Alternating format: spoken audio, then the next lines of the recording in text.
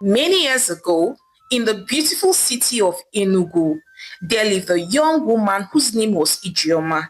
Ijeoma was very beautiful and she was doing well for herself. She had a good job at a private school and lived in a comfortable two-bedroom apartment in a decent neighborhood. She was not what you would call rich, but she was not struggling either. At least she was able to pay her rent on time and eat whatever she liked. She was even able to support her two younger siblings whose names were Nnamdi and Adese and who were still in school. But there was just one problem. Ijoma was very unlucky with love. No matter how well she was submissive to her man, no matter how well she treated the men in her life, no matter how loyal, how faithful, how respectful, how loving, name it, no matter what she did to the men in her life, at some point they would always hurt her. If they were not cheating on her, they would lie to her. Some would even beat her. Some would even use her for the little money that she had. Ijoma had seen all sorts of men, all the sons of Pharaoh. Ijoma had dated all of them. Her very first serious relationship was with a man named Kunle. Kunle worked in a bank, and at first everything looked perfect. Kunle would even take her out, pray with her on the phone, and even talk about marriage. But one day, when Ijoma went to visit him without telling him, she opened the door and saw Kunle with another woman. Jesus! Ijoma shouted and froze at the door. Kunle quickly jumped up and said, Ijoma, it's not what you think. I promise you, this is the devil's handwork. Oh, get thee behind me, you devil! Get out! Kunle said, feigning innocence. Oh, really? So the devil helped you get a woman, strike a woman, then bring her to your house. And you're telling me it's the devil's handwork? Ijoma replied sadly. And that was how that relationship ended. She left and never looked back. Then after Kunle, there was Pastor Tim. Pastor Tim was a gentle, soft-spoken man who had always quoted scripture. Every time he would be quoting scripture, may the Lord bless you. May the Lord be with you. He had even told her that God told him to marry her. And Ijoma, she foolishly believed him. She even left her own church and started attending his church. She even joined the ushering department. She even gave testimony one Sunday. Praise the Lord. Brethren, praise the Lord. The Lord has brought a man my way, one of his choicest sons. And yes, even though I cannot tell you his name or give you details, I'm just here to return all the praise to my Father for finally hearing my heart cry and bringing a man to wipe away my tears. Ijoma said as she gave testimony in the church. But one faithful day, after midweek service, she forgot her handbag. So she went back to church to go and get it. But what she saw shocked her. She saw her Pastor Tim, a man after God's heart, one of God's choicest sons, sitting in his office and touching and romancing one of the church members, who was a prayer warrior. She screamed. And yet again, that was how that relationship ended. And from that day, she stopped going to the church. She stopped going to the church and just went back to her former church. Then after Pastor Tim, there was Jide. Then after Jide, there was also Chinedu. Chinedu was Igbo. He was a businessman. Chinedu's one is that he would even be sending her money daily. He would be calling her Achalugo, Achalugo, my sugar tomato, tomato Josumu, and all the sweet names that there is. But just 2 weeks after she agreed to date him, that was how Chinedu asked her to please loan him 1.5 million naira to clear his goods at the port. And foolishly, Ijeoma gave him the money. And that was the very last day that she ever saw or heard from him ever again. His shop just suddenly closed. His number switched off. Even his Instagram account disappeared. Ijeoma nearly ran mad. By the time Ijeoma turned 31 years old, she had dated all the types of Nigerian men, from Yoruba to Igbo to Hausa, but they had all abandoned her and left her just like that.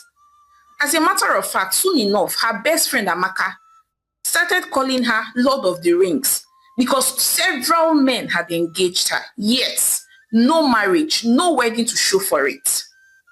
One evening, Amaka looked at her and said, Ijeoma, are you sure you will not just give up on this love thing? If I were you, if they break my heart once, second time, I'm done, no. Because every time you are collecting heartbreak, every Eke market day, very soon you become a brand ambassador for broken relationship. That night, Ijeoma could not sleep. She just kept on thinking aloud, God, I want to marry now. I must marry. I'm tired of being single. I'm tired of falling victim to all these useless men. I want to marry, Ijeoma said, looking very worried. And it was as if heaven heard her, because 2 weeks later, she met a young man whose name was Emeka. Emeka was different from the rest. He did not even ask for her number immediately. And he didn't even start with things like, oh, I like your shape. All those kind of conversations. Instead, he was conversing about books, purpose, was asking her what's your purpose in life? Where do you see yourself in the next 5 years, in the next 10 years? What's your vision? All those intelligent talks. And before Ijeoma knew what was happening, she was swayed off her feet. As a matter of fact, she was even the one that asked for his number and they exchanged numbers. That night, Emeka even texted her, it was nice seeing you, I'm glad I met you today, and all of that. And that was how their relationship started, though. They started talking and talking. He would call in the evenings just to check up on her. He would send her books that he felt that she would enjoy, all those stuff. And even when she had a stressful day, Emeka would order food and send to her, oh, he was just the perfect gentleman. And never for once did he even ask her to come over late at night to his place. And even when she came around to visit, he did not pressurize her to sleep with him. He was a gentleman to the core. At first, Ijeoma was worried. She thought that maybe he was not attracted to her. So one Saturday, she wore a fitted gown and brought him cake just to test his self-control. She even sat very close to him. But Emeka, as the perfect gentleman that he was, he just smiled and said, oh, you look lovely, my dear. But I am not after your body. I love your soul. I love your mind. Your spirit is what attracted you to me. Don't worry, we'll have enough time to explore our bodies. But for now, this is not what I want. Yes, I find you so attractive, but you don't have to give your body to me, Emeka said to Ijeoma. Ijeoma almost melted. Do men like this still exist in this Nigeria, Pikono? Okay, oh. That night, she even called her friend Amaka, gisting him, saying, my dear, Emeka is the one. I'm telling you, he's not an ordinary man. He's all those my useless boyfriends now. They'll be trying to use style to tap current. But Emeka is so gentle. He opens the door for me. I feel safe around him. I go to his house. He doesn't try to touch me inappropriately. What else can I ask for? And on top of that, he has money. Oh, Emeka is rich, Ijeoma said excitedly. So as weeks passed, Ijeoma was sold out. Her heart had softened. Ijeoma had fallen head over heels in love with Emeka. And this time, she was not even scared about falling in love again. And even Emeka's family welcomed her warmly. His mother was busy calling her, oh, my daughter, the daughter I prayed for. Even his sisters will invite her to hang out with them. The whole family loved her. Ijeoma was happy. She began to daydream again about getting married in a white flowing wedding gown. She was looking forward to becoming a wife and having children. But what Ijeoma did not know was that beneath all these smiles and love that the whole family was showering on her, there was so much more to it. There was a secret that the family was guarding so well. Emeka continued to be very kind to Ijeoma, treating her so well. Sometimes he would even give her money, huge sums of money. One day, Ijeoma looked at him and said, Emeka, why are you doing all of this? And Emeka just simply replied and said, it's because I love you so much. When a man loves a woman, he doesn't add to her stress. Instead, he wants to make her life better. So things continued like this for a while. Then one day, Emeka proposed. He went down on his knees and asked her to marry him. Before he could even finish asking her, she was busy screaming, yes, yes, I will marry you. I will marry you. Ijeoma said as she cried. So the wedding plans moved very fast. Emeka, an Igbo man, Odogu, he paid the bride price in full. No complaint whatsoever. He covered everything, makeup, venue, whatever the cost there was, he covered it. And on the wedding day, Ijeoma looked so beautiful. She was happy. So after the wedding, that night, after all the dancing, smiling, spraying of money, they arrived at their hotel. Ijeoma showered, applied her favorite vanilla body spray. She wanted to be edible for her husband. She even wore a beautiful lingerie. Then she came to him and said, your wife is ready for you. She had been looking forward to her wedding night for many years. But Emeka simply kissed her forehead gently and said, my dear, let's rest tonight. Now we had a long day, all the dancing, shouting, partying. I'm just tired. Can we just sleep? I'm tired from all the stress. Emeka said, and Ijeoma simply nodded. She didn't think too much about it. She didn't make a fuss about it because she herself was even tired. So they both went to bed without doing anything. But you see, the second night came. And this time, she also wore a beautiful lingerie. She even played music in the background, all of that, dimmed the lights, all those nice, nice things. Yet, Emeka refused to fulfill his marital obligations towards her. Instead, he just gave her a side hug, then kissed her forehead and said, my dear, we have our lifetime. Let's not rush. We can do this some other time. And that was how it was again, the third night. Nothing Ijeoma did helped. Not the beautiful lingerie or the nice smelling perfume or the music playing in the background. Absolutely nothing. And that was when she began to get worried. How can a newlywed man, a full-blown man, not want to touch his wife? How many days does it take to come off the stress of the whole wedding preparation? What is happening? Ijeoma said to herself, but she tried not to panic. But then a week passed and then 2 weeks, and yet nothing had happened. She would even cook his favorite meals, tease him softly, wear his favorite colors, just trying to make herself attractive. But Emeka kept on dodging. Sometimes he'll say, I'm fasting. When you are fasting, you're not supposed to meet with a woman.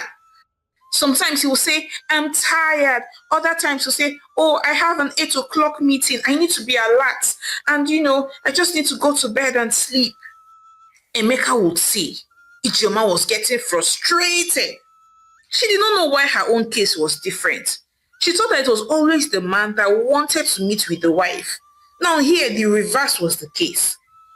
So one evening, she could not hold it anymore. So after dinner, she looked at him and said, Emeka, Amy, Biko, please, I need to ask you something. And please, with everything you hold dear in you, please tell me the truth. Biko, Ijeoma said. Then Emeka looked at her gently and then said, what is it? What is it, Wanyoma? Then Ijeoma responded and said, since we got married, you have not touched me. Am I smelling? Am I not beautiful enough? Is there something that I don't know that I should know? Are you hiding something? Please say something to me. Ijeoma said, already at the verge of tears. Then Emeka replied and said, Ijeoma, please, I will tell you something. But promise me that you would not scream. Please just listen to me. Emeka said sadly.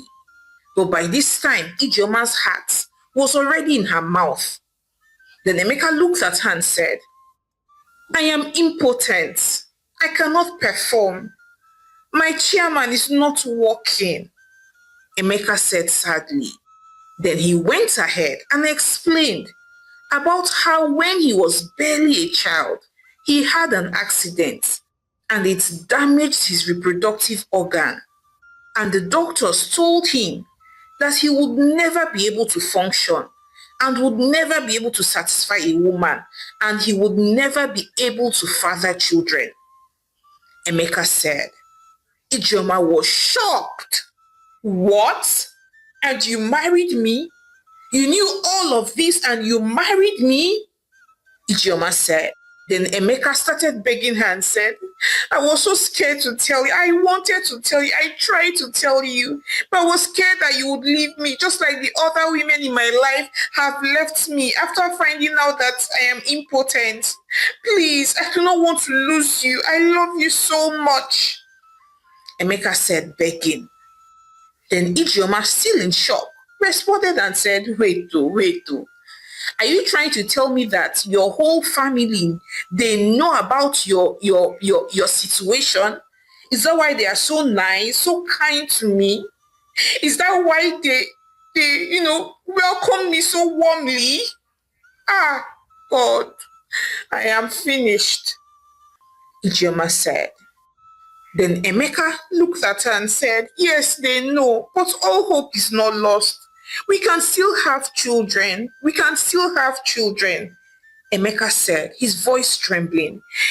You know my brother now, Ugochukwu. My brother is willing. He's willing to, do the needful so that we can have children of our own and to be our little secret, our family secret. Nobody else needs to know about it. He just needs to meet with you, let's say once or twice, just once or twice. And, we'll have kids. You will still be my wife. We'll raise the kids together. And I promise you, I will love you so much. I will pamper you. I will do everything you want of me. Please, Ijeoma. Emeka said, begging. Ah, you want me, Ijeoma, to sleep with your brother? Are you listening to yourself at all? Are you listening to yourself? Ah, Emeka has destroyed my life. Oh, I knew it. I knew you were too good to be true.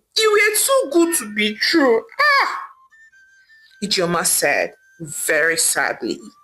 So the days that followed after Emeka's confession, things changed in the house. Ijeoma was so sad. She kept on hearing Emeka's voice telling her to sleep with his younger brother to get pregnant.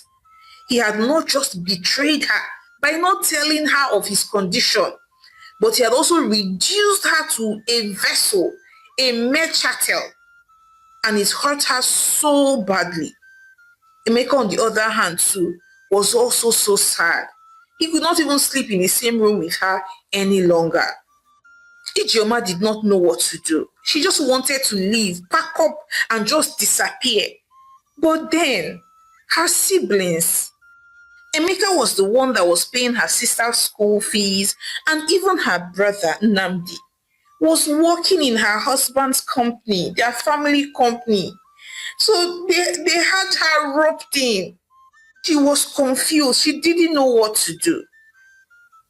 Then later that day, Emeka came to her bedroom and knocked and said, Ijeoma, please, my parents want to speak with you. The whole family wants to see you. Please, Emeka said. And although Ijeoma was very upset, and neither Emeka nor his parents were the people she wanted to see at the moment, but out of respect, she decided to follow him to go see his parents. So upon getting to his parents' house, his mother looked at her and said, Oh, my daughter, please forgive us, Bara, because you know. But Ijeoma was so upset. Then his father stared at her and said, "We did not want to lose you. He- my son has had more than 10 failed relationships. We just wanted him to get married.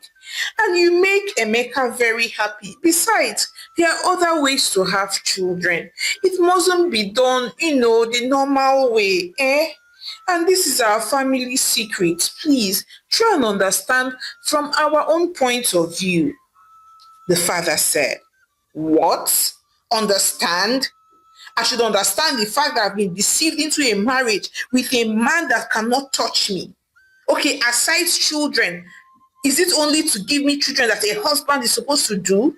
And as if that is not enough, people have already arranged, concluded in your mind to pass me around like a family property. I should go and sleep with his younger brother, Ugochukwu. Hey, okay, it is well." Ijeoma said very sadly. Then Emeka's mother looked at her and said, "My dear, I know that it doesn't sound right. It is not right. But at least if you sleep with Ugochukwu, that means it's still our blood. Eh? Ugochukwu will give you children. You just need to meet him once or twice each time you want a child. Please, we will treat you like a queen. You will never lack. In short, by doing this, you would win our hearts, our trust, our love completely." His mother said to her.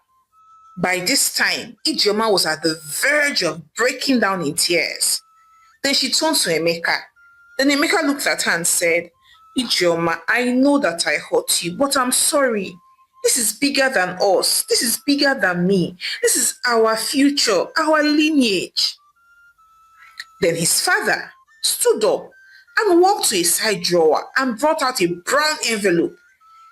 Then he handed it over to her and said, "There is a check in that envelope. It is 45 million naira, all for you. This is just a tip of the iceberg of how we will treat you. Please, Ijeoma, do this for your husband. Do this for our family." His father said. Ijeoma just held the envelope. She was too stunned. She could not believe her eyes. Then she just put it inside her handbag. She looked at all of them, from Emeka to his mother to his father to his brother, all of them. Then she just responded and said, "Please, I need some time to think. Please, just give me some time." Then she walked away. And when she got back home, she kept on staring at the envelope. She did not know whether to be angry or whether to accept this offer. She thought of her siblings, Adaeze and Nnamdi. She knew that whatsoever she did was going to affect them. So she picked up her phone and called her best friend Amaka. She told Amaka every single thing, from the deception to the offer that the family had for her. But her friend Amaka simply responded and said, "My dear, do not even try sleeping with that small boy. Are you kidding me? Don't let love blind you into madness." So, what kind of nonsense is that one? This one is not love. They knew the truth, yet they hid it from you. They do not like you. They do not love you. Please, you're not a sacrificial lamb. Just don't do that kind of nonsense. Amaka advised her friend. Still, throughout that night, Ijeoma was worried. She kept on thinking and praying, "God, what do I do? Do I stay or do I go? If I go, how will I be able to cater for my sister who is still in school? What should I do?" But 3 days passed, yet not a word from anybody, not Emeka nor his family members. Ijeoma, on the other hand, continued to be worried. Even her sister Adaeze had noticed that something was off about her. She even began having strange dreams. She did not know what to do.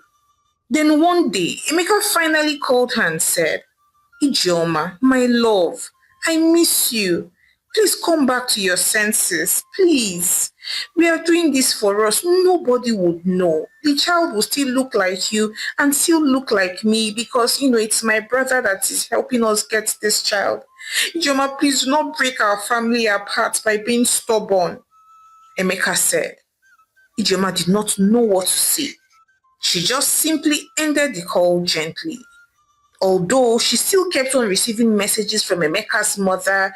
Oh, we are praying for you. You're our daughter. Remember, love requires sacrifice. Busy quoting different motivational quotes that does not even make sense. Then one day, Ijeoma made a decision. She dressed up, packed a few stuffs and the envelope, and went back to Emeka's family house. They were all happy and surprised to see her. His mother ran out to welcome her and said, I knew you would make the right decision. I knew you would come back.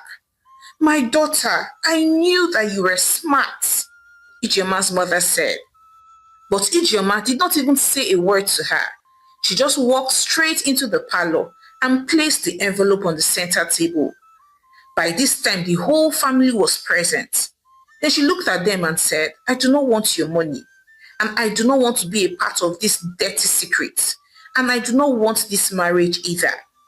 Ijeoma said. Emeka stood up. Ijeoma, please now, we can still work this out. We can find a common ground. Please don't do this to me. Okay, we can adopt a child if you do not want to sleep with my brother. Please. Then Ijeoma stared at him and said, you had a chance to tell me the truth. You should have given me the choice to choose, not just force it through my throat, shove it down my throat, and expect me not to react. Instead, you connived with your family to plan to use me, to pass me on as a family property. I can't do that. I cannot be a sacrifice for your family's nonsense foolishness.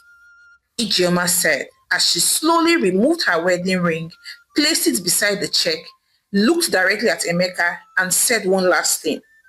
If you really loved me, you would have told me the truth. And you will not offer me as a chattel, as a lamb to your brother, as a common commodity, a property that is owned. Ijeoma said. Emeka was so sad. I loved you now. I know it's not even I loved. I still do. I love you so much. Ijeoma, please think this through. Don't do this to me. Emeka said. But Ijeoma was done. And she just simply walked out on them with her pride and dignity intact. She moved back into her small apartment and started teaching in a secondary school again. She was now working towards opening her own school.